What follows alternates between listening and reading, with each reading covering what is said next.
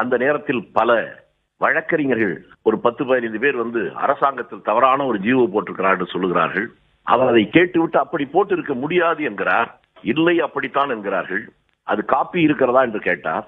ஒருவர் பக்கத்தில் இருந்த அவருடைய அலுவலகத்திலிருந்து கொண்டு வந்து தந்தார். தன்னுடைய கண்ணாடியை எடுத்து போட்டுக்கொண்டு ஒரு நிமிடம் பார்த்தார். பார்த்து விட்டு குலுங்கி குலுங்கி சிரித்தார். அதில் வந்திருந்த வழக்கறிஞர்கள் மூத்த வழக்கறிஞராக துறையூரை சேர்ந்த ON நடராஜன் என்பதை பார்த்து, என்ன ON, நீங்க இவ்வளவு பெரிய மனுஷன், சீனியர் ஆச்சே, உனக்குமா புரியல என்று கேட்டார். அவரும் புரியாமல் முடித்தார். ஒரு குறிப்பிட்ட சொல் அந்த தொடரில் முன்னில் இருந்தால் என்ன பொருள், பின்னால் இருந்தால் என்ன பொருள் என்று தெரியாமலே பேசுகிறீர்களே, இந்த வார்த்தை இங்கே இருக்கிற போது இதற்கு என்ன பொருள், நீங்கள் தவறாக புரிந்து கொண்டிருக்கிறீர்கள். ஒரு அரசாங்கம் அப்படியெல்லாம் தவறாக ஒரு ஜீவோ போட முடியாது என்று சொல்லிவிட்டு சிரித்தார்.